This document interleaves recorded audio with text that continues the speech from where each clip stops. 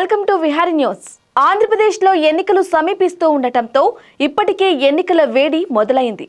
ఇటు అధికార అటు ప్రతిపక్ష పార్టీలు విమర్శల వర్షం కురిపిస్తూ ఉన్నాయి. రాష్ట్ర వ్యాప్తంగా భారీ బహిరంగ సభలను నిర్వహిస్తూ తమ ప్రచారాన్ని ఇప్పటికే మొదలుపెట్టారు.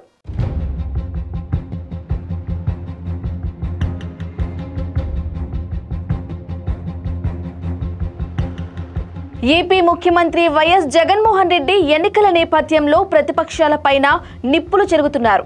కాకినాడలో జరిగిన బహిరంగ సభలో విపక్షాలపైన విరుచుకుపడ్డారు. వైఎస్ఆర్ పింఛన్ పెంపు కార్యక్రమం ప్రారంభంలో సీఎం జగన్ పాల్గొన్నారు.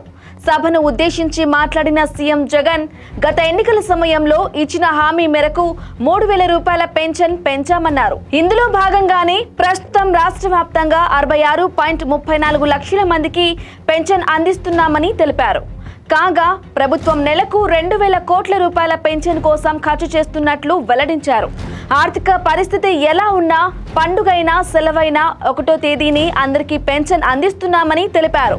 పేదల జీవితాల్లో ఆనందాన్ని నింపడమే మా ప్రభుత్వ లక్ష్యమని, అందుకోసం మా ప్రభుత్వం కృషి చేస్తోందన్నారు. ఈ సందర్భంగా సీఎం జగన్ ప్రతిపక్షాల పైన కూడా ఘాటుగానే వ్యాఖ్యలు చేశారు. 2014లో పవన్ చంద్రబాబు కలిసి ఎన్నో హామీలు ఇచ్చారని గుర్తు చేశారు.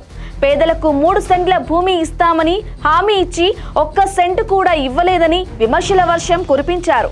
ప్రశ్నిస్తానన్న దత్తపుత్రుడు కనీసం లేఖ కూడా రాయలేదని మండిపడ్డారు జగన్. అవినీతికి పాల్పడిన చంద్రబాబును జైలుకెళ్లి దత్తపుత్రుడు పరామర్శించడాన్ని సీఎం జగన్ ఎద్దేవా చేశారు. చంద్రబాబు అవినీతిలో పవన్ కళ్యాణ్ కూడా పార్ట్నర్ గా ఉన్నాడు కాబట్టే పవన్ చంద్రబాబు పైన ఎలాంటి ఆరోపణలు చేయట్లేదని సీఎం జగన్ మండిపడ్డారు. పొత్తులు ఎత్తులను తాను ఎప్పుడూ నమ్మలేదని, తాను నమ్ముకున్నది పైన దేవుడినని, కింద ప్రజలను మాత్రమేనన్నారు.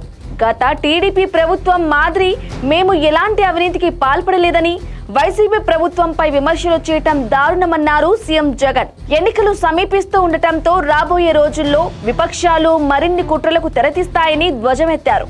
వాళ్ళ రాజకీయాల కుటుంబాలను చీల్చేస్తారని మండిపడ్డారు.